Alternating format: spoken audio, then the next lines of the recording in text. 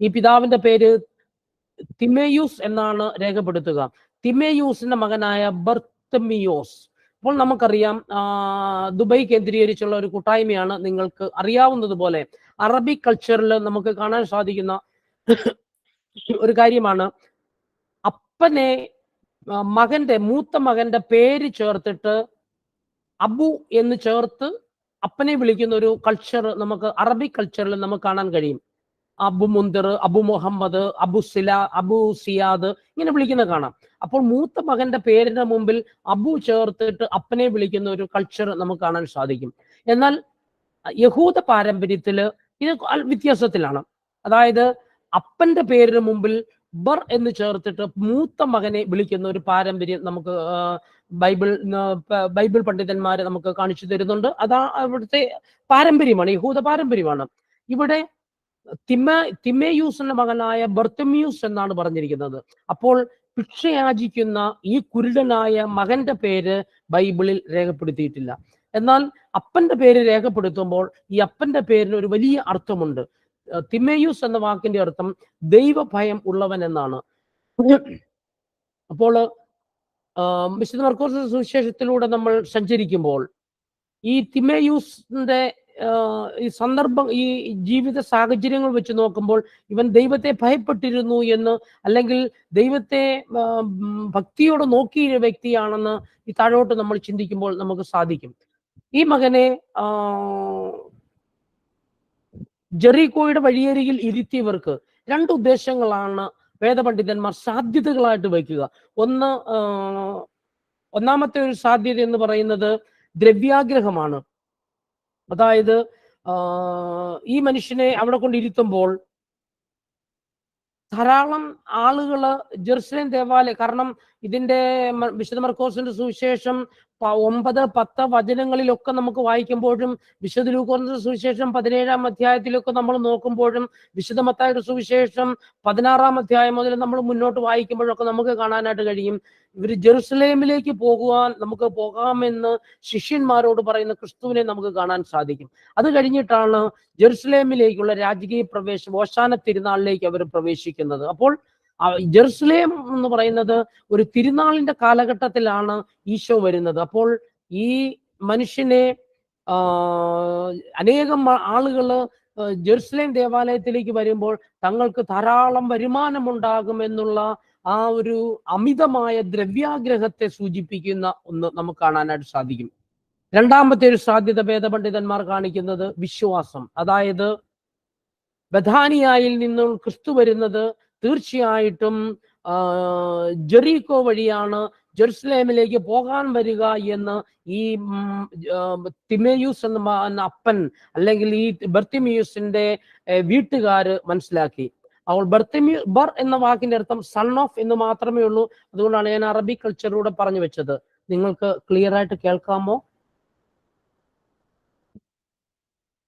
കേൾക്കാം വളരെ ഓക്കെ ബ്രദറെ, താങ്ക് യു. അപ്പോൾ രണ്ട് സാധ്യതകളാണ് വേദപണ്ഡിതന്മാർ പറഞ്ഞു വെക്കുന്നത്. ഒന്ന് ദ്രവ്യാഗ്രഹമായിരിക്കാം, മറ്റൊന്ന് വിശ്വാസമായിരിക്കാം. അപ്പോൾ ഈ പിതാവിന്റെ പേര് വെച്ച് നോക്കുമ്പോൾ, പിന്നെ തുടർന്ന് താഴോട്ട് കിടക്കുന്ന സന്ദർഭങ്ങൾ നമ്മൾ വായിക്കുമ്പോൾ കൂടുതൽ സാധ്യത വിശ്വാസത്തിനാണ് എന്ന് നമുക്ക് മനസ്സിലാക്കാനായിട്ട് സാധിക്കും. കാരണം ക്രിസ്തു എന്ന രക്ഷകൻ ഇതുവഴി കടന്നു വരുമ്പോൾ അനേകം മക്കൾക്ക് വിടുതൽ നൽകുന്ന, മരിച്ചവരെ എഴുന്നേൽപ്പിക്കുന്ന, പാപികൾക്ക് മോചനം നൽകുന്ന, മുടന്തരെ നടത്തുന്ന, അന്ധരക്ക് കാഴ്ച നൽകുന്ന, ചെകിടർക്ക് കേൾവി കൊടുക്കുന്ന ക്രിസ്തു, കുഷ്ഠരോഗികളെ സൗഖ്യം നൽകുന്ന ക്രിസ്തു ഇതുവഴി വരുമ്പോൾ നിശ്ചയമായും ഞങ്ങളുടെ മകന് സൗഖ്യം ലഭിക്കുമെന്ന് അവർ വിശ്വസിച്ചിരുന്നു. അപ്രകാരമായിരിക്കണം ഇവർ ഇവിടെ കൊണ്ട് ഇരുത്താനുള്ള സാധ്യതകൾ. പ്രിയപ്പെട്ടവരെ, ഇവിടെ എനിക്കും നിങ്ങൾക്കും നൽകുന്ന, പ്രത്യേകിച്ച് ഒരു അറബ് കൺട്രിയിൽ ശുശ്രൂഷയിൽ അല്ലെങ്കിൽ പ്രാർത്ഥനാ കൂട്ടായ്മയിൽ സംബന്ധിക്കുന്ന നിങ്ങളെ സംബന്ധിച്ചുള്ള ഒരു വലിയ ദൂത് ഇവിടെ കിടപ്പുണ്ട്. അതിൽ ഒന്നാമത്തത്, ഞാൻ പ്രാർത്ഥനയ്ക്ക് കടന്നു പോകുമ്പോൾ രാവിലെ 8 മണി മുതൽ വൈകിട്ട് 5 മണി വരെ സ്ട്രെയിറ്റ് ഡ്യൂട്ടി ചെയ്യുന്നവര്, രാവിലെ 8 മുതൽ 12 വരെയും, അത് കഴിഞ്ഞിട്ട് 4 മണി മുതൽ 8:30 വരെയും 8 മണി വരെയൊക്കെ ഡ്യൂട്ടി ചെയ്തിട്ട് ഈ തത്രപ്പാടിനൊടുവിൽ അല്പസമയം ദൈവത്തെ വിളിക്കാമെന്ന് പറഞ്ഞ് നമ്മൾ ഓടുമ്പോൾ, അല്ലെ കേൾക്കുന്ന വാത്സല്യമുള്ള സഹോദരങ്ങളെ, നമ്മൾ തിരിച്ചറിയണം, ക്രിസ്തുവിനെ ആരാധിക്കുന്നിടത്തേക്ക്, ക്രിസ്തുവിനിൽ വിശ്വസിക്കുന്നിടത്തേക്ക്, ക്രിസ്തുവിന്റെ നാമത്തിൽ കൂടി വരുന്നിടത്തേക്കായിരിക്കണം നമ്മൾ പ്രാർത്ഥനയ്ക്കായിട്ട്, ആരാധനയ്ക്കായിട്ട് പോകേണ്ടത്. ആരെങ്കിലുമൊക്കെ വിളിക്കുമ്പോൾ അവരുടെ പുറകെ പോകുന്നതിന് മുൻപ് അവിടെ ക്രിസ്തുവിൽ നിറഞ്ഞ് സത്യത്തിലും ആത്മാവിലും ആരാധിക്കുന്ന ഒരു സമൂഹമാണ് അവിടെ ഉള്ളത് എന്നുള്ള തിരിച്ചറിവ് നമുക്കുണ്ടായിരിക്കണം. മറ്റൊന്ന്, ഞാനും നിങ്ങളുമൊക്കെ നിങ്ങളൊക്കെ, ഞാൻ ഒരു കാലത്ത് ചെയ്തിരുന്ന ഒരു ശുശ്രൂഷയാണ്. നിങ്ങളൊക്കെ അനേകം മക്കളെ കൂട്ടായ്മയിലേക്ക് ക്ഷണിക്കുന്നുണ്ട്. ഉറപ്പായിട്ട് നിങ്ങളിപ്പോൾ വിചാരിക്കും, ഇങ്ങനെ പലരും ക്ഷണിച്ചപ്പോൾ പറയും, ഞാൻ വന്നതേ ഉള്ളൂ, അല്ലെങ്കിൽ ഞാൻ ബ്രദറിന് അത്രയും പ്രായമാകട്ടെ, അല്ലെങ്കിൽ ഞാനൊരു 19 വയസ്സാകട്ടെ എന്നൊക്കെ പറയുന്ന കമന്റുകൾ കേട്ടിട്ടുള്ളവരായിരിക്കും എൻ്റെ മുൻപിലിരിക്കുന്നത്. പ്രിയപ്പെട്ടവരെ, നമ്മൾ ഒരാളെ പ്രാർത്ഥനയ്ക്ക് വിളിച്ചു കൊണ്ടുപോകുമ്പോൾ നമ്മൾ ഉറപ്പിക്കണം, ഞാനൊരു വ്യക്തിയെ പ്രാർത്ഥനാ കൂട്ടായ്മയിലേക്ക് കൊണ്ടുപോകുമ്പോൾ ക്രിസ്തു കേന്ദ്രീകൃതമായ ഒരു കൂട്ടായ്മയിലാണോ ഞാൻ ഈ മനുഷ്യനെ, ഈ മകളെ, ഈ സഹോദരനെ, ഈ സഹോദരിയെ വിളിച്ച് പ്രാർത്ഥനയ്ക്ക് കൊണ്ടുപോകുന്നത് എന്നുള്ള ഉത്തമ ബോധ്യം നമുക്ക് ഉണ്ടാകണം. ഒരു വ്യക്തിയെ കൊണ്ടുപോകുമ്പോൾ എവിടെങ്കിലുമൊക്കെ കൊണ്ടാക്കുക എന്നുള്ളതല്ല നമ്മളുടെ ഉദ്ദേശം. ക്രിസ്തു കേന്ദ്രീകൃതമായി ക്രിസ്തുവിനെ ആരാധിക്കുന്ന, ക്രിസ്തുവിൽ ചേർന്ന് നിന്ന്, തമ്പുരാന്റെ കുരിശോട് ചേർന്ന് നിന്നുകൊണ്ട്, പരിശുദ്ധ ബലിപീഠത്തോട് ചേർന്ന് നിന്നുകൊണ്ട് ക്രിസ്തുവിനെ ആരാധിക്കുന്ന, മഹത്വപ്പെടുത്തുന്ന ഒരു കൂട്ടായ്മയിലേക്കായിരിക്കണം നമ്മൾ മറ്റുള്ളവരെ കൊണ്ടുവരുവാനായിട്ട് പരിശ്രമിക്കേണ്ടത്. അതുകൊണ്ട് ക്രിസ്തുവിന്റെ സന്നിധിയിലേക്കായിരിക്കണം ഞാനും നിങ്ങളും പോവുക. ക്രിസ്തുവിന്റെ സന്നിധിയിലേക്കായിരിക്കണം മറ്റുള്ളവരെ നമ്മൾ കൊണ്ടുവരിക. ക്രിസ്തുവിന്റെ സാന്നിധ്യത്തിലായിരിക്കണം നമ്മൾ പ്രാർത്ഥിക്കേണ്ടത്. ക്രിസ്തുവിനെ ആരാധിക്കുന്നിടത്തായിരിക്കണം ഞാനും നിങ്ങളും ആയിരുന്നു തമ്പുരാനെ വിളിച്ച് പ്രാർത്ഥിക്കേണ്ടത്.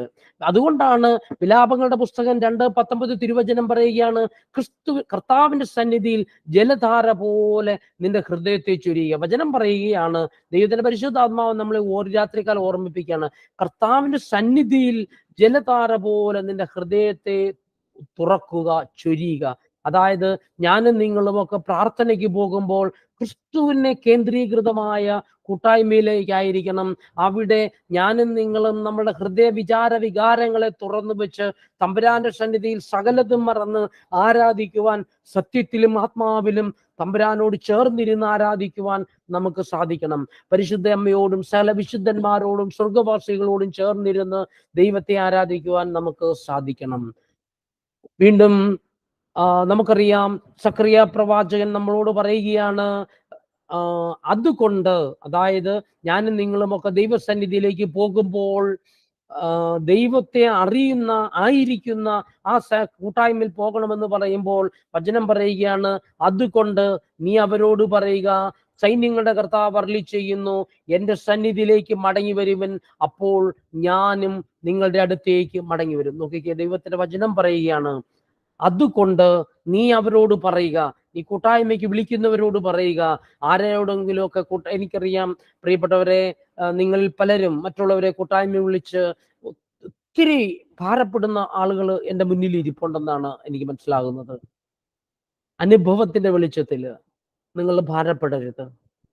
കാരണം കാരുണ്യവാനായ ദൈവം തന്റെ സന്നിധിയിൽ നിന്ന്, തന്റെ വായിൽ നിന്നൊരു വാക്കുരുവിട്ടാൽ അത് എന്നിലൂടെയും നിങ്ങളിലൂടെയും ഉരുവിടുമ്പോൾ തക്ക സമയത്ത് അത് പ്രവർത്തിക്കുകയും ഫലം കാണുകയും ചെയ്യാതെ തമ്പുരാന്റെ സന്നിധിയിലേക്ക് അത് തിരിച്ചു പോവുകയില്ല.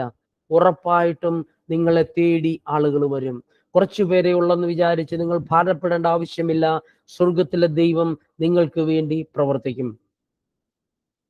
നിങ്ങൾ മറ്റുള്ളവരെ, വചനം പറയുകയാണ്, സക്കറിയ പ്രവാചകനിലൂടെ ദൈവത്തിന്റെ പരിശുദ്ധാത്മാവ് നമ്മൾ ഓർമ്മിപ്പിക്കുകയാണ്, അതുകൊണ്ട് നീ അവരോട് പറയുക, സൈന്യങ്ങളുടെ കർത്താവ് അരുളി ചെയ്യുന്നു, നിങ്ങൾ എൻ്റെ സന്നിധിയിലേക്ക് മടങ്ങി വരുവിൻ, അപ്പോൾ ഞാനും നിങ്ങളുടെ അടുക്കിലേക്ക് മടങ്ങി വരാം. ഇത് തന്നെയാണ് നമ്മൾ ആദ്യം പറഞ്ഞത്. ക്രിസ്തുവിന്റെ സാന്നിധ്യത്തിൽ നമ്മൾ ആയിരിക്കുമ്പോൾ ക്രിസ്തു നമ്മിലേക്ക് ചേർന്നിരിക്കും. അവനോട് ചേർന്നിരുന്നു കൊണ്ട് സ്വർഗസ്ഥനായ ദൈവത്തെ മഹത്വപ്പെടുത്തുവാൻ നമുക്ക് സാധിക്കും. വചനത്തിലേക്ക് പ്രവേശിക്കാം. വിശുദ്ധ മർക്കോസിന്റെ സുവിശേഷം 10-ാം അധ്യായം 47-ാം തിരുവചനത്തിൽ നാം ഇപ്രകാരം വായിക്കുകയാണ്: യേശുവാണ് കടന്നു പോകുന്നത് എന്ന് തിരിച്ചറിയുമ്പോൾ, വിശുദ്ധ ലൂക്കാ സുവിശേഷത്തില് നമ്മൾ ഇപ്രകാരമാണ് ഈ പോയിന്റ് വായിക്കുന്നത്. മുൻപിലൂടെ പതിവില്ലാത്ത പുരുഷാരവത്തിന്റെ സ്വരം കേട്ടപ്പോൾ ഈ അന്ധനായ ബർത്തമിയൂസ്, ഈ അന്ധനായ മനുഷ്യൻ അന്വേഷിച്ചു, എന്താണ് പതിവില്ലാത്ത ആരവം, വലിയ ജനക്കൂട്ടത്തിന്റെ ആരവം കേൾക്കുന്നതെന്ന് അന്വേഷിച്ചപ്പോൾ മുൻപേ നടന്നവർ, അവന്റെ മുന്നിലൂടെ പോയിക്കൊണ്ടിരുന്നവർ അവനോട് പറഞ്ഞു, നസ്രയനായ ക്രിസ്തു ഇതുവഴി കടന്നു പോകുന്നു എന്ന്. പ്രിയപ്പെട്ടവരെ, ഈ വിശുദ്ധ മർക്കോസിന്റെ സുവിശേഷം 10-ാം അധ്യായം 47-ാം തിരുവചനത്തില് ഈ നസ്രയനായ യേശു പോകുന്നതെന്ന് അറിഞ്ഞപ്പോൾ അവൻ വചനം രേഖപ്പെടുത്തിയിരിക്കുന്നു. അവൻ ഉച്ചത്തിൽ വിളിച്ചു പറഞ്ഞു, ക്രിസ്തുവേ, ദാവീദിന്റെ പുത്ര, എന്നിൽ കനിയണമേ. ഈ രാത്രികാലം നമുക്കും ഈ മനുഷ്യനോട്, ബർത്തമ്യൂസിനെ പോലെ ഒരു മറവുമില്ലാതെ നമുക്കും വിളിച്ചു പ്രാർത്ഥിക്കുവാനായിട്ട് സാധിക്കണം. യേശുവേ, ദാവീദ് പുത്ര, എൻ്റെ മേൽ കനിവായിരിക്കണം, എൻ്റെ മേൽ കനിയണം. യേശു പോകുന്നു എന്നറിഞ്ഞപ്പോൾ ആ മനുഷ്യൻ ഉച്ചത്തിൽ വിളിച്ചു പറഞ്ഞു എന്ന് വചനം രേഖപ്പെടുത്തുകയാണ്. തിരുവചനം പറയുകയാണ്, കേൾവിയാണ് വിശ്വാസത്തിന്റെ ആരംഭം. റോമാലേഖനത്തിലൂടെ വിശുദ്ധ പൗലോസ് അപ്പോസ്തലൻ വളരെ വ്യക്തമായി നമുക്ക് പറഞ്ഞു തരികയാണ്, ആകയാൽ വിശ്വാസം കേൾവിയിൽ നിന്നും, കേൾവി ക്രിസ്തുവിനെ പറ്റിയുള്ള പ്രസംഗത്തിൽ നിന്നുമാണ് എന്ന് വചനം നമ്മളെ ഓർമ്മിപ്പിക്കുകയാണ്. വിശുദ്ധ പൗലോസ് അപ്പോസ്തലൻ റോമാക്കാർക്ക് എഴുതിയ ലേഖനം 10-ാം അധ്യായം അതിന് 17-ാം തിരുവചനം പറയുകയാണ്, ആകയാൽ വിശ്വാസം കേൾവിയിൽ നിന്നും, കേൾവി ക്രിസ്തുവിനെ കുറിച്ചുള്ള പ്രസംഗത്തിൽ നിന്നും. വളരെ വ്യക്തമായ വചനം. നമ്മൾക്ക് വിശ്വാസം ജനിക്കണമെങ്കിൽ നമ്മൾ കേൾക്കണം എന്നാണ്. കേൾവി ഉണ്ടെങ്കിൽ മാത്രമേ നമുക്ക് വിശ്വാസം ജനിക്കുകയുള്ളൂ. നമ്മൾ പാരമ്പര്യ ക്രിസ്ത്യാനികളാണ് എന്ന് പറഞ്ഞ് പലപ്പോഴും നമ്മൾ അഹങ്കരിക്കാറുണ്ട്. എന്നെ കേൾക്കുന്ന പ്രിയപ്പെട്ട ദൈവ പൈതലേ, നീ ക്രിസ്തുവിനെ കേൾക്കുന്നില്ല എങ്കിൽ നിന്റെ വിശ്വാസത്തിൽ നിനക്ക് കോട്ടം തട്ടും.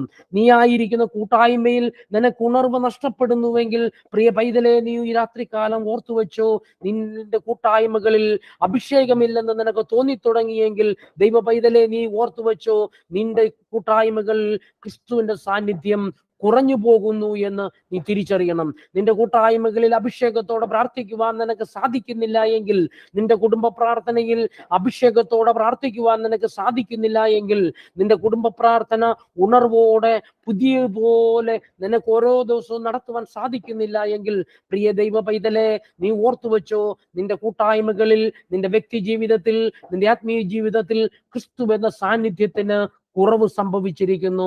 നിന്റെ വിശ്വാസ ജീവിതത്തിൽ നിനക്ക് കോട്ടം തട്ടിയിരിക്കുന്നു. അതുകൊണ്ട് വചനം പറയുകയാണ്, നീ ക്രിസ്തുവിനെ നിനക്ക് നീ കേൾക്കണം. എന്താണ് കേൾക്കേണ്ടതെന്ന് പൗലോസ് അപ്പോസ്തലൻ വളരെ വ്യക്തമായി പറയുകയാണ്. ക്രിസ്തുവിനെ പറ്റിയുള്ള പ്രസംഗത്തിൽ എന്തെങ്കിലുമൊക്കെ കേൾക്കുക എന്നുള്ളതല്ല, എന്തെങ്കിലുമൊക്കെ പറയുന്നത് കേൾക്കുക എന്നുള്ളതല്ല. പ്രിയപ്പെട്ടവരെ, നമുക്കറിയാം, നമ്മൾ അനേകം വചനപ്രഘോഷകരെ കേട്ടിട്ട് കാണുന്നവരാണ്.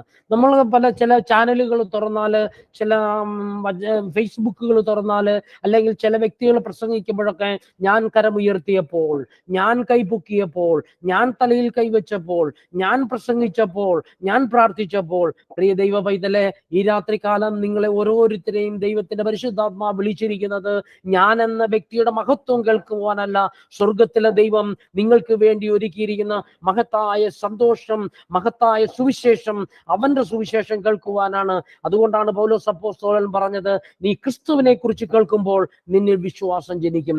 ആകയാൽ വിശ്വാസം കേൾവിയിൽ നിന്നാണ്. നിനക്ക് വിശ്വാസം ജനിക്കുന്നത് നീ ക്രിസ്തുവിനെ കുറിച്ച് കേൾക്കുമ്പോഴാണ്. ആ ക്രിസ്തുവിനെ കുറിച്ച് പ്രസംഗിക്കുവാൻ നീ റെഡിയാകണം. നീ ക്രിസ്തുവിനെ കുറിച്ച് പ്രസംഗിക്കുന്നില്ല എങ്കിൽ അയ്യോ എനിക്ക് ദുരിതമെന്നാണ് അപ്പോസ്തലൻ നമ്മളെ ഓർമ്മിപ്പിക്കുന്നത്. പ്രിയപ്പെട്ടവരെ, നമ്മള് ഞാൻ എന്ന് പറയുവാനല്ല പരിശുദ്ധ സഭ എനിക്ക് ബാബ തിരുമനസ് എനിക്ക് കൈവെപ്പ് തന്ന കത്തോലിക്ക സഭയില് സുവിശേഷകനായിട്ട് എന്നെ മാറ്റി നിർത്തിയിരിക്കുന്നത്.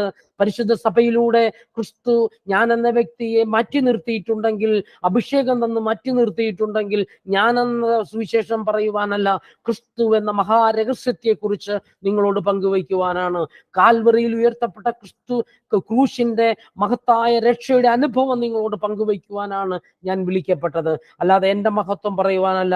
അതുകൊണ്ട് പ്രിയപ്പെട്ട ദൈവജനമേ, ക്രിസ്തുവിനെ കുറിച്ച് കേൾക്കണം. അവിടെയാണ് വിടുതൽ, അവിടെയാണ് സൗഖ്യം. ക്രിസ്തുവിനെ കുറിച്ച് കേൾക്കുന്നിടത്താണ് രക്ഷ. ബർത്തമീയൂസ് ക്രിസ്തുവിനെ കുറിച്ച് കേട്ടപ്പോൾ അവൻ വിളിച്ചു പറഞ്ഞു, അവനിൽ വിശ്വാസം ജനിച്ചു. അപ്പോൾ അവൻ വിളിച്ചു പറഞ്ഞു, ക്രിസ്തുവേ, ദാവീദ് പുത്ര, എൻ്റെ മേൽ കനിവായിരിക്കണമേ. പ്രിയപ്പെട്ടവരെ, നമുക്കും ഈ മകനെ പോലെ നമുക്കും വിളിച്ചു പ്രാർത്ഥിക്കാം. വാത്സല്യമുള്ള സഹോദരങ്ങളെ, നമുക്കും വിളിച്ചു പ്രാർത്ഥിക്കാം, ക്രിസ്തുവേ, ദാവീദിന്റെ പുത്ര, എൻ്റെ മേൽ കനിയണമേ. ഏറ്റവും സ്നേഹം നിറഞ്ഞ മക്കളെ, എത്രയോ വർഷമായിട്ട് നിങ്ങൾ ക്രൈസ്തവ ജീവിതത്തിലായിരിക്കുന്നുണ്ട്. പരിശുദ്ധ കത്തോലിക്ക സഭയിൽ എത്ര വർഷമായി നിങ്ങൾ അംഗമാണ്? എത്രയോ വർഷമായി നിങ്ങൾ വിശുദ്ധ കുർബാനയിലൂടെ ക്രിസ്തുവിനെ അനുഭവിക്കുന്നുണ്ട്. ഈ മകൻ ക്രിസ്തുവിനെ കുറിച്ച് കേട്ടപ്പോൾ, മുന്നിലൂടെ പോയവർ ക്രിസ്തു പോകുന്നു എന്നറിഞ്ഞപ്പോൾ, അവനിൽ ജനിച്ച വിശ്വാസത്തിന്റെ ഒരംശമെങ്കിലും എൻ്റെ വ്യക്തി ജീവിതത്തിൽ, എൻ്റെ ആത്മീയ ജീവിതത്തിൽ വിശ്വാസം ജനിച്ചിട്ടുണ്ടോ എന്ന് ഈ രാത്രികാലം ആത്മശോധന ചെയ്യുവാൻ ദൈവത്തിന്റെ പരിശുദ്ധാത്മാവ് നിങ്ങളെ ഓരോരുത്തരെയും വിളിക്കുകയാണ്. മാത്രമല്ല, ഞാൻ അനേകം വചനപ്രഘോഷണം നടത്തുന്നുണ്ട്. എന്നാൽ ദൈവത്തിന്റെ പരിശുദ്ധാത്മാവ് ഈ രാത്രികാലം എന്നോട് ചോദിക്കുന്നുണ്ട്, പ്രിയമുള്ള മകനെ, പ്രിയമുള്ള മകളെ, നീ ക്രിസ്തുവിനെ കുറിച്ച് കേൾക്കുന്നുണ്ടോ? നിന്റെ വിശ്വാസം കാലിടറി പോകുന്നുവെങ്കിൽ, നിനക്ക് വിശ്വാസത്തിൽ ഇടർച്ച സംഭവിക്കുന്നുവെങ്കിൽ, ക്രിസ്തുവിനെ കുറിച്ചുള്ള കേൾവി നിന്നിൽ കുറഞ്ഞിരിക്കുന്നു എന്ന് നീ തിരിച്ചറിയണം. അതുകൊണ്ട് ക്രിസ്തുവിനെ കേൾക്കുവാൻ നമുക്ക് പരിശ്രമിക്കാം, ആത്മശോധന ചെയ്യാം. എൻ്റെ ജീവിതത്തിൽ ക്രിസ്തുവിനെ കേൾക്കുവാൻ എന്തൊരു സമയം ഞാൻ മാറ്റിവെക്കുന്നുണ്ടെന്ന്. അന്ധനായ ബർത്തിമേസിനെ പോലെ നമുക്കും വിളിച്ചു പ്രാർത്ഥിക്കാം. നമുക്ക് മനസ്സിലാക്കിക്കൊള്ളണം, അന്ധനായ ബർത്തമീയൂസിന്റെ യോഗ്യതകളെ കുറിച്ച് ഇവിടെ പങ്കുവയ്ക്കുന്നില്ല, ബൈബിൾ രേഖപ്പെടുത്തുന്നില്ല. 3 സുവിശേഷങ്ങളും ബർത്തമീയൂസിന്റെ മഹത്വത്തെ കുറിച്ച് പറയുന്നില്ല. പക്ഷേ അപ്പൻ ദൈവഭയമുള്ളവനായിരുന്നു എന്ന് മനസ്സിലാക്കുവാനായിട്ട് നമുക്ക് സാധിക്കും. പക്ഷേ ഈ അന്ധനായ മനുഷ്യന്റെ ഒരു ഗുണങ്ങളും ബൈബിൾ രേഖപ്പെടുത്തുന്നില്ല. പക്ഷേ അവൻ വിളിച്ചു പ്രാർത്ഥിക്കുകയാണ്, ക്രിസ്തുവേ, ദാവീദിന്റെ പുത്ര, എൻ്റെ മേൽ കനിവായിരിക്കണമേ എന്ന്. പ്രിയപ്പെട്ട ദൈവ പൈതലെ, ചില ദുരിതങ്ങൾ നിന്റെ മുൻപിൽ ചാട്ടുള്ളി പോലെ നിന്നെ ഭയപ്പെടുത്തുന്നുവെങ്കിൽ, പലരുടെയും കുത്തി നോവിക്കലുകൾ നിന്റെ മുൻപിൽ വേദനയായിട്ട് നിലനിൽക്കുന്നുവെങ്കിൽ, ആസക്തി നിറഞ്ഞ നിന്റെ ജീവിതം പച്ചയായിട്ട് നിന്റെ മുൻപിൽ നിന്നുകൊണ്ട് നിന്നെ ഭയപ്പെടുത്തുന്നുവെങ്കിൽ, പ്രിയ ദൈവ പൈതലെ, ഈ രാത്രികാലം ബർത്തിമേയൂസ് നിനക്ക് തരുന്ന ഒരു ദൂതുണ്ട്. നിനക്കും പ്രാർത്ഥിക്കാം. നിന്റെ ഡിമാൻഡുകളും നിന്റെ ഗുണങ്ങളും നന്മകളും പറഞ്ഞുകൊണ്ടല്ല നീ പ്രാർത്ഥിക്കേണ്ടത്. മുട്ടുകുത്തി നിന്ന് നമുക്കും കൈവിരിച്ച് പിടിച്ചിട്ട് തമ്പുരാന്റെ കരുണയ്ക്ക് വേണ്ടി പ്രാർത്ഥിക്കുവാനായിട്ട് സാധിക്കണം. നമ്മളും ആത്മാർത്ഥമായിട്ട് ഈ രാത്രികാലം വിളിച്ചു പ്രാർത്ഥിച്ചാൽ, ക്രിസ്തുവേ, ദാവീദിന്റെ പുത്ര, എൻ്റെ മേൽ കനിവായിരിക്കണമേ എന്ന് ഈ രാത്രികാലം ഞാനും നിങ്ങളും വിളിച്ചു പ്രാർത്ഥിച്ചാൽ, നിശ്ചയമായും ദൈവത്തിന്റെ പരിശുദ്ധാത്മാവ് നമുക്ക് തരുന്ന ഉറപ്പുണ്ട്, അങ്ങേ തലയ്ക്കൽ നിനക്ക് ഒരു മറുപടിയുണ്ട്. പ്രിയപ്പെട്ടവരെ, ഈ പല മനുഷ്യരും, ഇവന്റെ കൂടെ നടന്ന പലരും പറഞ്ഞു, അവനെ ശകാരിച്ചു കൊണ്ട് പറഞ്ഞു, 10-ാം അധ്യായം 48-ാം തിരുവചനത്തിൽ പലരും പറഞ്ഞു, മിണ്ടാതിരിക്കുവാൻ അവനെ ശാസിച്ചു എന്ന് വചനം രേഖപ്പെടുത്തുകയാണ്. മിണ്ടാതിരിക്കുവാൻ അവനെ വഴക്കു പറഞ്ഞു എന്ന് വചനം രേഖപ്പെടുത്തുകയാണ്. വിശുദ്ധ ലൂക്കാസ് സുവിശേഷം രേഖപ്പെടുത്തുന്നത്, മുന്നേ നടന്നവർ, അല്ലെങ്കിൽ സത്യവേദ പുസ്തകം നമ്മൾ നോക്കുകയാണ്, അവിടെയും എഴുതി വച്ചിരിക്കുന്നത് മുന്നേ നടന്നവർ അവനെ ശകാരിച്ചു എന്ന് രേഖപ്പെടുത്തുന്നു. പ്രിയപ്പെട്ട ദൈവ പൈതലെ, ഈ രാത്രികാലം ദൈവത്തിന്റെ പരിശുദ്ധാത്മാവ് നിന്നെ ഓർമ്മിപ്പിക്കുവാൻ ആഗ്രഹിക്കുന്നത്, ദൈവസന്നിധിയിൽ നിന്ന് നിന്നെ പുറകോട്ട് വലിക്കുന്നത് ഇവിടുത്തെ രാഷ്ട്രീയക്കാരോ, ഇവിടുത്തെ നാട്ടുകാരോ, ഇവിടുത്തെ നിന്റെ ചുറ്റുവട്ടത്തുള്ളവരോ അല്ല. നിന്റെ ഭവനത്തിനുള്ളില് നിന്നോട് ചേർന്നിരിക്കുന്ന, നിന്നോട് ഒന്നിച്ച് ഭക്ഷണം കഴിക്കുന്നവർ തന്നെയാണ് നിന്റെ പ്രാർത്ഥനയ്ക്ക് വിലങ്ങുതടിയായി നിന്നെ നിൽക്കുന്നത്. വിശുദ്ധ ലൂക്കാസ് സുവിശേഷത്തിൽ നമ്മൾക്ക് വായിക്കുവാനായിട്ട് സാധിക്കും, അപ്പൻ മകനെതിരായും അമ്മ മകൾക്കെതിരായും മരുമകൾ അമ്മായിയമ്മയ്ക്കെതിരായിട്ടും ഛിദ്രിച്ചു നിൽക്കുമെന്ന്, ഭിന്നിച്ചു നിൽക്കുമെന്ന് വചനം രേഖപ്പെടുത്തുമ്പോൾ, എനിക്കും നിങ്ങൾക്കുമൊക്കെ നമ്മുടെ ആത്മീയ ജീവിതത്തിൽ തടസ്സമായി നിൽക്കുന്നത് നമ്മുടെ കൂടെ നടക്കുന്നവർ മാത്രമാണ് എന്ന് നമുക്ക് തിരിച്ചറിയുവാനായിട്ട് സാധിക്കണം. നമ്മുടെ കൂടെ ഭക്ഷണം കഴിക്കുന്നവര്, നമ്മളോട് നമ്മുടെ തോളത്ത് കൈയിട്ട് നടക്കുന്നവര്, നമ്മളോട് ചേർന്ന് നടക്കുന്നവരൊക്കെയാണ്. എന്നാൽ ഇവിടെ വചനം രേഖപ്പെടുത്തുകയാണ്, ഈ മനുഷ്യൻ കൂടെ നടന്നവർ, മുന്നേ നടന്നവർ ഇവനെ ശകാരിച്ചിട്ടും വഴക്ക് പറഞ്ഞിട്ടും ഇവൻ കൂടുതൽ ഉച്ചത്തിൽ വിളിച്ചു പറഞ്ഞു, ക്രിസ്തുവേ ദാവീദിന്റെ പുത്ര, എന്റെ മേൽ കനിവായിരിക്കണം. പരിശുദ്ധ കുർബാനയിൽ നാമൊക്കെ സംബന്ധിക്കുമ്പോൾ നമ്മളൊക്കെ നോക്കാറുണ്ട്. വിശുദ്ധ കുർബാന എടുത്തുയർത്തിയിട്ട് സീറോ മലബാർ സഭയിൽ വിശുദ്ധ കാസായും ഓസ്തിയും വീഞ്ഞും എടുത്തുയർത്തിയിട്ട് വൈദികൻ പ്രാർത്ഥിക്കുന്നുണ്ട്, ഇത് സ്വർഗത്തിൽ നിന്നിറങ്ങി അപ്പമാകുന്നു എന്ന് പ്രാർത്ഥിക്കുമ്പോൾ ആ അപ്പത്തെ നോക്കിയിട്ട് ഈ അപ്പത്തെ രൂപാന്തരപ്പെടുത്തുവാൻ ഇറങ്ങി വരുന്ന ക്രിസ്തുവിന്റെ സാന്നിധ്യമേ, ബലഹീനനായി എൻ്റെ ഉള്ളിലേക്ക് കടന്നു വരണമേ എന്ന് പ്രാർത്ഥിക്കുവാൻ ഞാനും നിങ്ങളും മെനക്കെടാതെ എൻ്റെ അടുത്തിരിക്കുന്നവളും പ്രാർത്ഥിക്കുന്നുണ്ടോ എന്നാണ് ഞാനും നിങ്ങളും നോക്കുന്നത്. വിശുദ്ധ കുർബാനയുടെ മധ്യേ സ്വർഗസ്ഥനായ പിതാവേ എന്ന് പ്രാർത്ഥിക്കുമ്പോൾ കണ്ണുനീരോടെ രണ്ട് കരങ്ങളും വിരിച്ചു പ്രാർത്ഥിക്കുവാൻ സഭ നമ്മളെ അനുശാസിക്കുമ്പോൾ ഞാനും നിങ്ങളും ഒക്കെ നോക്കുന്നത് എന്താണ്? എൻ്റെ അടുത്തിരിക്കുന്നവൻ കൈ വിരിച്ചു പിടിച്ചാൽ, അവൻ കൈ മടക്കി പിടിക്കുവാണെങ്കിൽ ഞാനും മടക്കി പിടിക്കും, അവൻ ഉയർത്തിപ്പിടിച്ചാൽ ഞാനും ഉയർത്തിപ്പിടിക്കും. ഈ ഒരു ചിന്തയല്ലേ എന്നെയും നിങ്ങളെയും നടത്തുന്നത്. പ്രിയപ്പെട്ട ദൈവ പൈതലേ, ഈ രാത്രികാലം ഈ കൂട്ടായ്മയിലേക്ക് ദൈവത്തിന്റെ പരിശുദ്ധാത്മാവ് നിന്നെ വിളിച്ചു കൊണ്ടുവന്നത് ഒരു ദൂത് പറയുവാൻ വേണ്ടിയാണ്.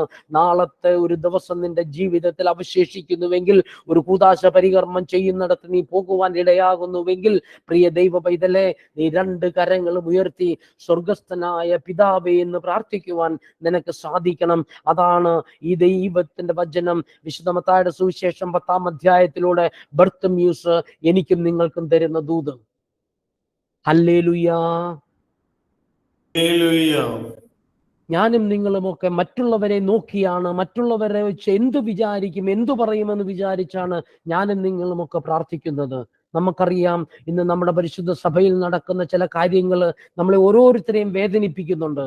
പക്ഷെ പ്രിയ ദൈവ പൈതലേ, നിന്റെ ജോലി ഈ ഫേസ്ബുക്കിലും പൊതുജനമധ്യത്തിലുമൊക്കെ സഭയെ വിമർശിക്കുക എന്നുള്ളതല്ല. നിന്റെ ജോലി കണ്ണുനീരോടെ സഭയ്ക്ക് വേണ്ടി കരം വിരിച്ചു പിടിച്ച് പ്രാർത്ഥിക്കുക എന്നുള്ളതാണ് നിന്റെ ജോലി. സഭയ്ക്ക് വേണ്ടി നീ പ്രാർത്ഥിക്കുമ്പോൾ നിന്റെ ഭവനം അനുഗ്രഹിക്കപ്പെടും.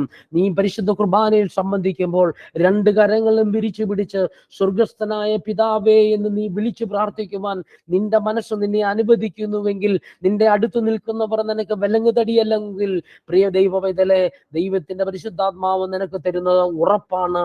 അങ്ങേ തലയ്ക്കൽ നിനക്കൊരു മറുപടിയുണ്ട്. വിശുദ്ധ മർക്കോസിന്റെ സുവിശേഷം 10-ാം അധ്യായം 49-ാം തിരുവചനത്തിൽ വചനം പറയുകയാണ്, യേശു പെട്ടെന്ന് നിന്നിട്ട് പറഞ്ഞു, അവനെ വിളിക്കുക. പ്രിയ പൈതലേ, ഈ രാത്രികാലം നീ ഒരു തീരുമാനം എടുക്കുവാൻ സാധിക്കണം. നിന്റെ കൂടെ നിൽക്കുന്നവര്, നിന്റെ കൂടെ കൗൺസിലിംഗ് മെമ്പറായ സഭയുടെ നിങ്ങളുടെ കൂട്ടായ്മയുടെ കൗൺസിൽ മെമ്പറായിട്ടുള്ളവര്, അല്ലെങ്കിൽ നിന്റെ കൂട്ടായ്മയുടെ ഔദ്യോഗിക സ്ഥാനത്തിരിക്കുന്നവര് കരമുയർത്തി പ്രാർത്ഥിച്ചില്ല എന്ന് പറഞ്ഞ് നീ കരമുയർത്താതിരുന്നാൽ നഷ്ടം നിനക്ക് തന്നെയാണ്.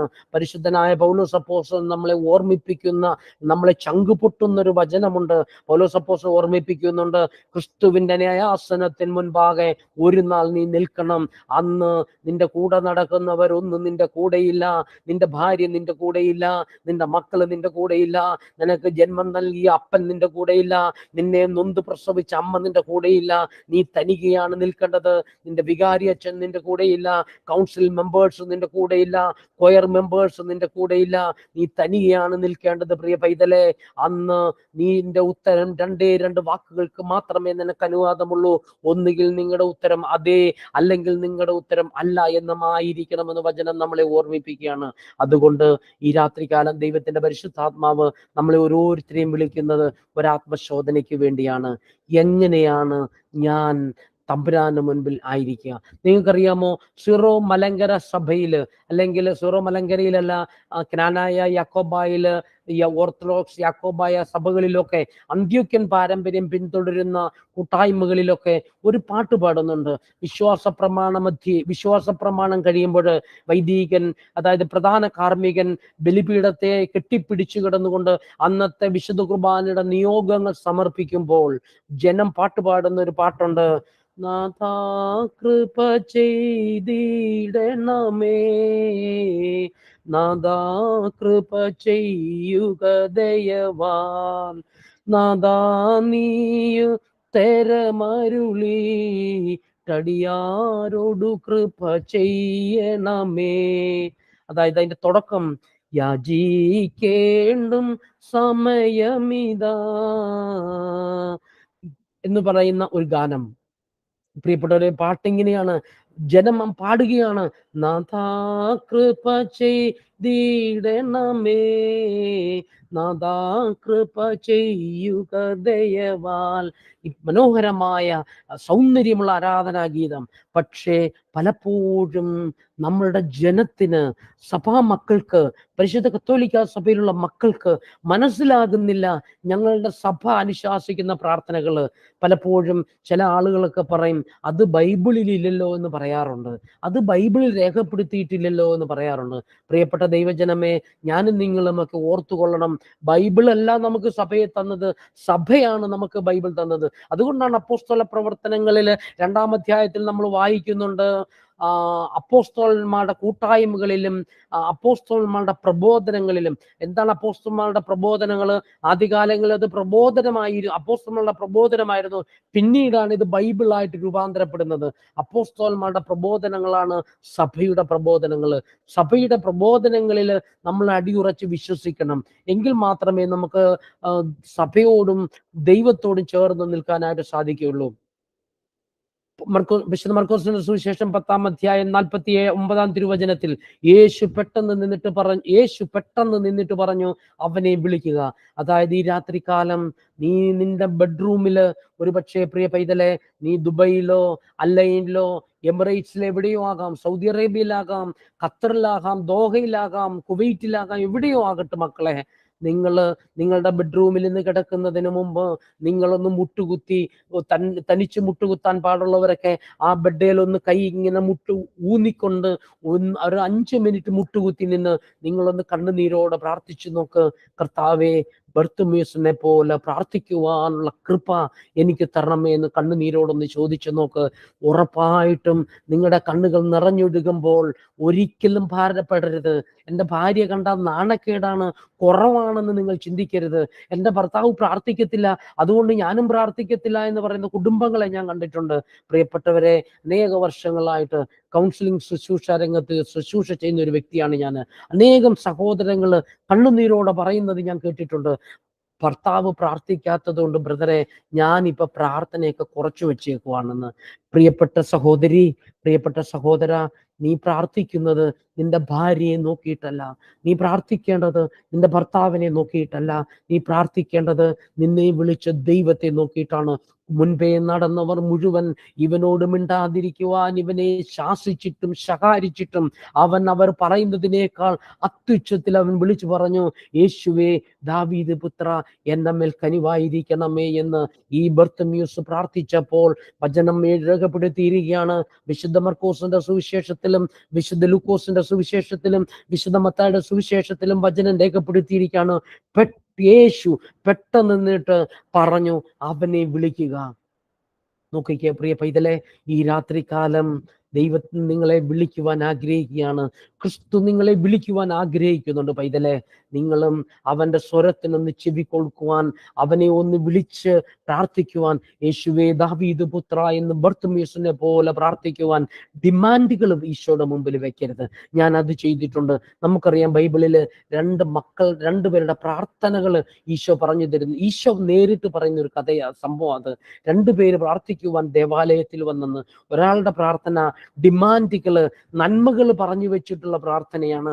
പക്ഷെ പുറകിലൊരുവൻ നിന്നിട്ട് മുകളിലേക്ക് നോക്കുവാൻ പോലും മനസ്സനുവദിക്കാതെ അവന്റെ പാപത്തെ ഓർത്ത് ഭാരത്തോടെ നിന്നുകൊണ്ട് ചങ്ക് പൊട്ടി ചങ്കത്തടിച്ചുകൊണ്ട് അവനിങ്ങനെ വിളിച്ചു പ്രാർത്ഥിച്ചു, തമ്പുരാനെ, എന്റെ മേൽ കനിവായിരിക്കണം, നന്മ പറയാൻ എനിക്കൊന്നുമില്ല.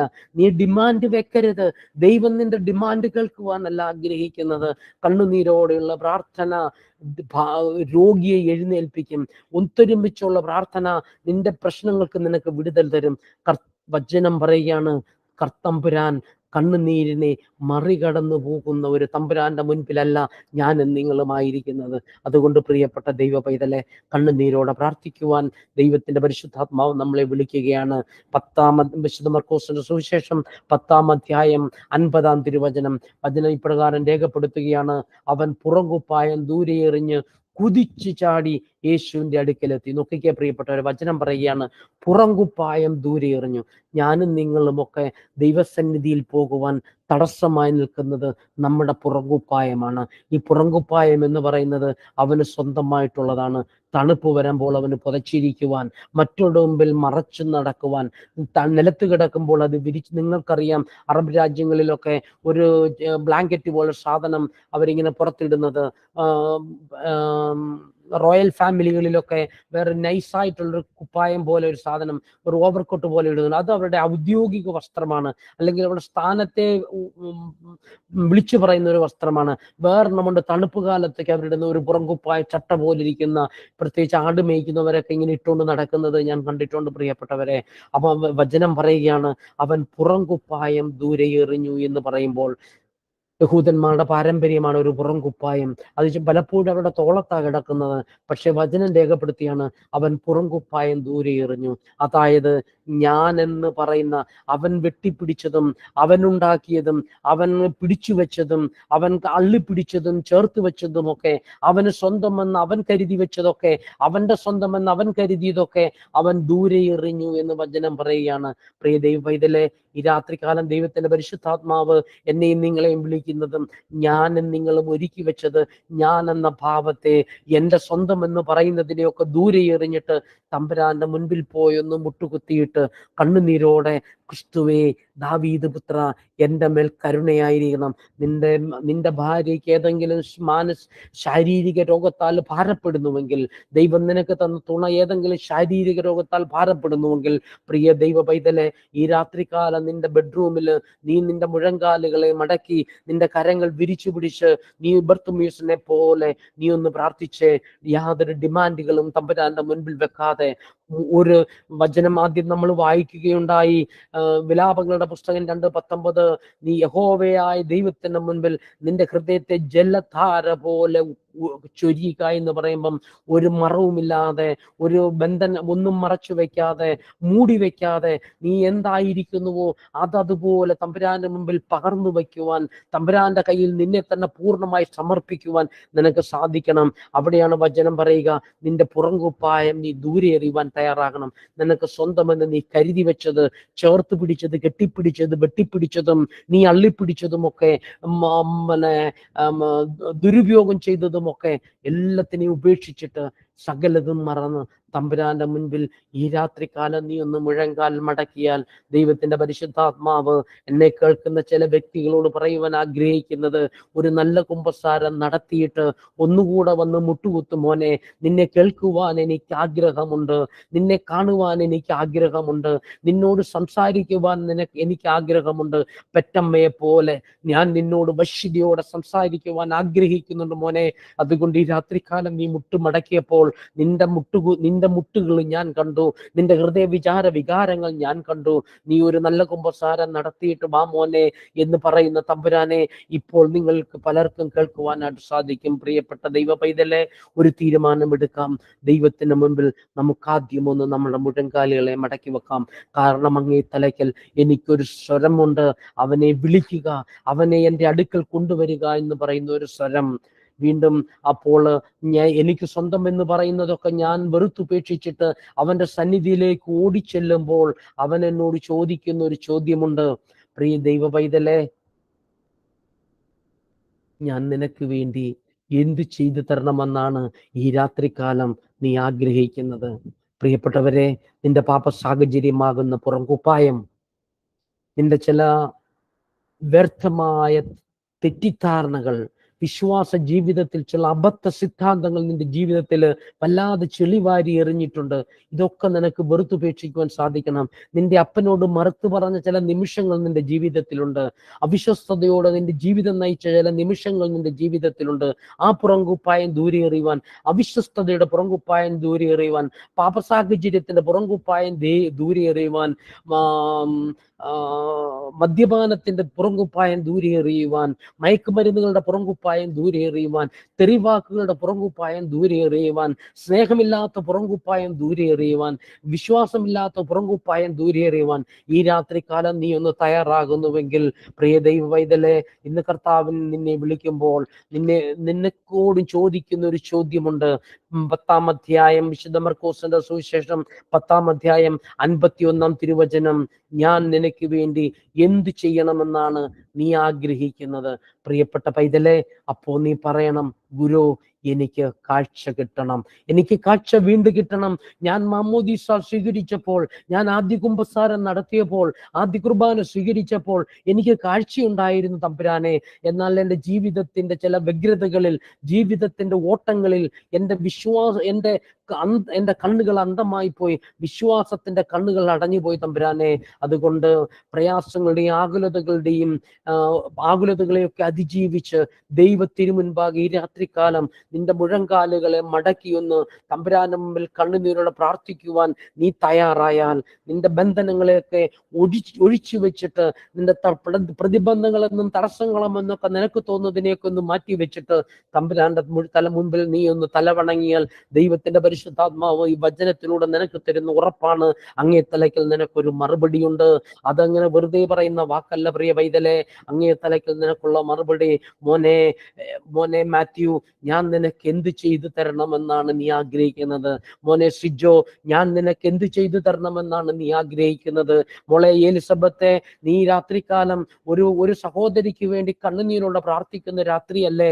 വെന്റിലേറ്ററിലേക്ക് കിടക്കുന്ന ഒരു മകൾക്ക് വേണ്ടി പ്രാർത്ഥിക്കുന്ന കുഞ്ഞല്ലേ നീ?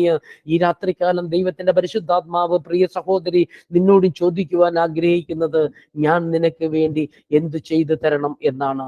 പ്രിയപ്പെട്ട റോയി സഹോദര, ആകുലതകൾ വല്ലാതെ അലട്ടുന്ന കാലഘട്ടത്തിലാണ് ജീവിക്കുന്നത്. ഈ രാത്രികാലം ഒന്ന് മുട്ടുമടക്കുവാൻ തയ്യാറായിക്കോ. സ്വർഗത്തിലെ ദൈവം, പ്രിയപ്പെട്ട ദൈവ പൈതലെ, നിന്നോട് ചോദിക്കുവാൻ ആഗ്രഹിക്കുന്നത്, മോനെ റോയി, ഞാൻ നിനക്ക് വേണ്ടി എന്ത് ചെയ്തു തരണമെന്നാണ് നീ ആഗ്രഹിക്കുന്നത്? ധൈര്യമായിട്ട് പറഞ്ഞോ, കർത്താവേ, ഞാൻ എൻ്റെ ചില ജീവിത സാഹചര്യങ്ങളിൽ വല്ലാതെ അന്ധതയിലായി പോയി, എൻ്റെ കണ്ണുകൾ വീണ്ടും ഒന്ന് തുറന്നു കിട്ടണം, എനിക്ക് കാഴ്ച കിട്ടണം. വിശുദ്ധ കുർബാനയിൽ തമ്പുരാനെ, അനേക നാളായി തമ്പുരാനെ നിന്നെ ഞാൻ അതിൽ നീ കാണുന്ന പ്രകാരം തിരുവോസ്തിയിൽ നിന്നെ കണ്ടിട്ട് നമുക്ക് കണ്ണുനീരോടെ പ്രാർത്ഥിക്കാം. പ്രിയപ്പെട്ടവരെ, കർത്താവെ, വിശുദ്ധ കുർബാനയിൽ തിരുവോസ്തിയിൽ നീ കാണുന്ന പ്രകാരം നിന്നെ കാണുവാനുള്ള കൃത്യമായ ഒരു കാഴ്ച എനിക്ക് നൽകണമേ. നമുക്ക് പ്രാർത്ഥിക്കാം. തമ്പുരാന്റെ സന്നിധിയിൽ നമുക്കും തലവണങ്ങി നമുക്ക് കണ്ണുനീരോടെ പ്രാർത്ഥിക്കാം. അങ്ങേ തലയ്ക്കൽ നിനക്കൊരു മറുപടിയുണ്ട്. ഇത് തന്നെയാണ് ജെറമ്യാ പ്രവചനം നമുക്ക് തരുന്ന ഉറപ്പ്. ജെറമ്യാ പ്രവചനം 33-ാം അധ്യായം 3-ാം തിരുവചനം, എന്നെ വിളിക്കുക, ഞാൻ മറുപടി നൽകും.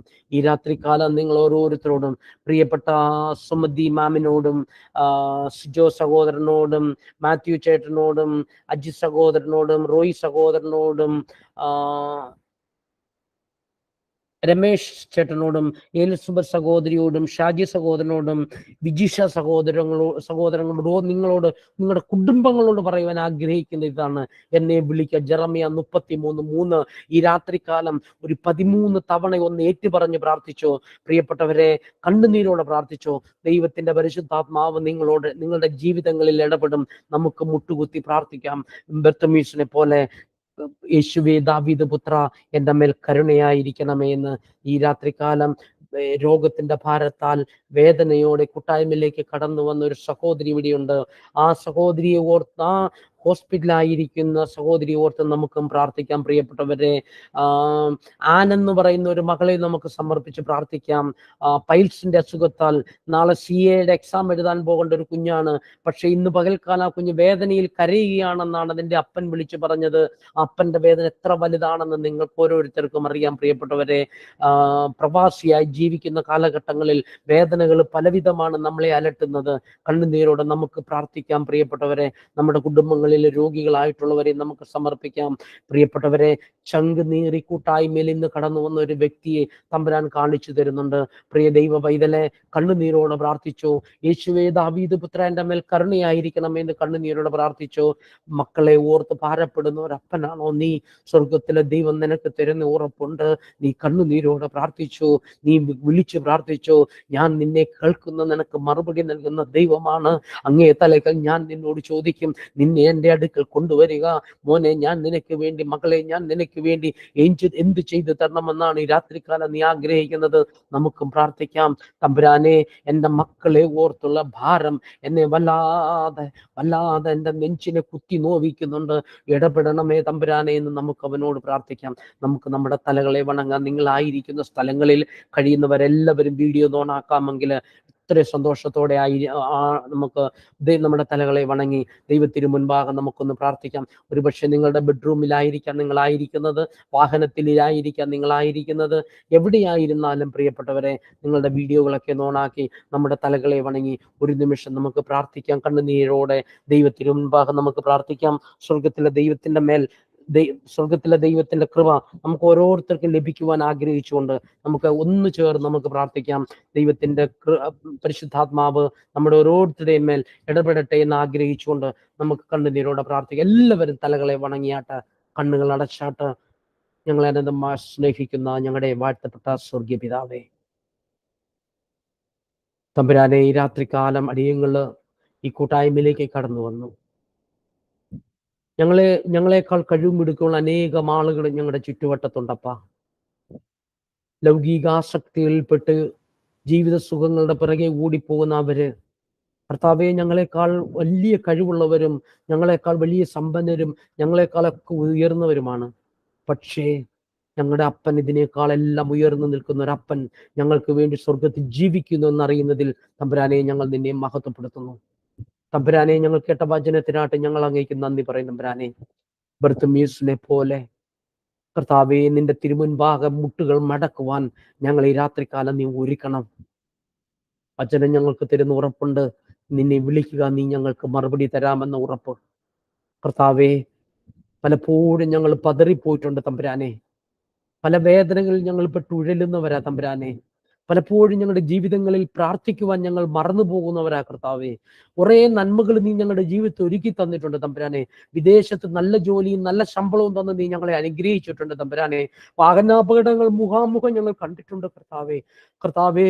മരണത്തിന്റെ താഴ്വരയിൽ നിന്ന് പോലും കഴുകൻ തന്റെ കുഞ്ഞുങ്ങളെ കോരിയെടുക്കുന്നത് പോലെ ഞങ്ങളെ കോരിയെടുത്ത ചില ജീവിത സാഹചര്യങ്ങൾ ഞങ്ങളുടെ ജീവിതത്തിലുണ്ടപ്പ. അവിടുന്ന് ഇടപെടുമാറാകണമേ എന്ന് പ്രാർത്ഥിക്കുന്നു. കരുണ ചൊരിയണമെന്ന് പ്രാർത്ഥിക്കുന്നു തമ്പുരാനെ. പ്രാർത്ഥന കേട്ടതിനാൽ നന്ദിയോടെ സ്തോത്രം. അപ്പാ, കാലിന്റെ വേദനയോടെ ഇപ്പോൾ നിന്റെ തിരുമുൻപാകെ മുട്ടുമടക്കിയ മകനെ ഓർത്ത് പ്രാർത്ഥിക്കുന്നു ഈശോയെ. കർത്താവെ, ഗർഭപാത്രത്തിൽ ചില സംശയങ്ങളുള്ള മകളെ സമർപ്പിച്ച് പ്രാർത്ഥിക്കുന്നു ഈശോയെ. അവിടുന്ന് ഇടപെടുമാറാകണമെന്ന് പ്രാർത്ഥിക്കുന്നു. നാളെ സിയുടെ പരീക്ഷ എഴുതാൻ പോകുന്ന അന്ന എന്ന് പറയുന്ന മകളെ സമർപ്പിച്ച് പ്രാർത്ഥിക്കുന്നു കർത്താവെ. വെന്റിലേറ്ററിലായിരിക്കുന്ന, വാഹനാപകടത്തിൽപ്പെട്ട് വെന്റിലേറ്ററിലായിരിക്കുന്ന മകളെ സമർപ്പിച്ച് പ്രാർത്ഥിക്കുന്നു കർത്താവെ. മകളുടെ മേൽ നീ കരുണയായിരിക്കണമെന്ന് പ്രാർത്ഥിക്കുന്ന കർത്താവെ. ഈ കൂട്ടായ്മയിലുള്ള എല്ലാ പ്രിയപ്പെട്ടവരെ സമർപ്പിച്ച് പ്രാർത്ഥിക്കുന്നു. പ്രത്യേകിച്ച് കൂട്ടായ്മയ്ക്ക് നേതൃത്വം നൽകുന്ന